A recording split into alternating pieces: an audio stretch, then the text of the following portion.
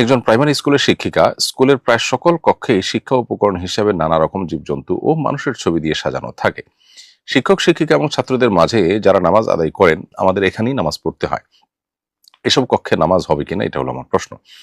আহ গুরুত্বপূর্ণ একটি প্রশ্ন প্রিয় বোন। আপনার প্রশ্ন উত্তরে বলতে চাই, যথাসম্ভব এমন কোনো জায়গায় নামাজ পড়ার চেষ্টা করতে হবে যেই কক্ষে বা যে জায়গার আশেপাশে কোনো প্রাণীর ছবি নেই। কারণ প্রাণীর ছবি যদি কোথাও ঝুলন্ত থাকে বা কোনো ভাস্কর্য প্রাণীর থাকে, তাহলে সেক্ষেত্রে সেখানে রহমতের ফেরেশতা প্রবেশ করে না। এবং সুস্পষ্ট হাদিস নবী করিম সাল্লাল্লাহু আলাইহি সাল্লাম থেকে বর্ণিত হয়েছে।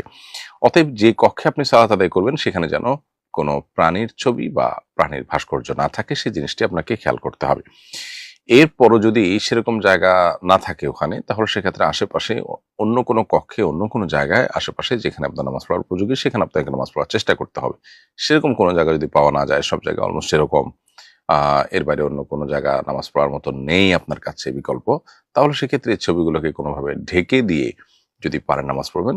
সেটাও যদি আপনার দ্বারা সম্ভব না হয়, তাহলে অপরাগ অবস্থায় ওই অবস্থায় ওখানে নামাজ পড়ে নিবেন। তবে এরকম জায়গায় আপনাকে দীর্ঘমেয়াদে কোনো জায়গায় চাকরি করছি আমি, যেখানে আমাকে প্রতিনিয়ত নামাজ পড়তে গিয়ে একটা মাকরুহ কাজ করতে হচ্ছে, শরিয়া যেটাকে অপছন্দ করে এমন একটা কাজ করতে হচ্ছে, নামাজের কোয়ালিটি একটু হলেও কমবে সেরকম একটি কাজ করতে হচ্ছে। অর্থাৎ প্রাণীর ছবি যেখানে রহমতের ফেরেশতা আসে না, সে জায়গায় নামাজ পড়তে হচ্ছে। নামাজ তো আদায় হয়ে যাবে, কিন্তু নিয়মিত আপনি নামাজের মধ্যে একটি ত্রুটি রেখে তারপর নামাজটা আদায় করছেন। এজন্য বিকল্প ব্যবস্থা আপনাকে খুঁজে বের করার চেষ্টা করতে হবে।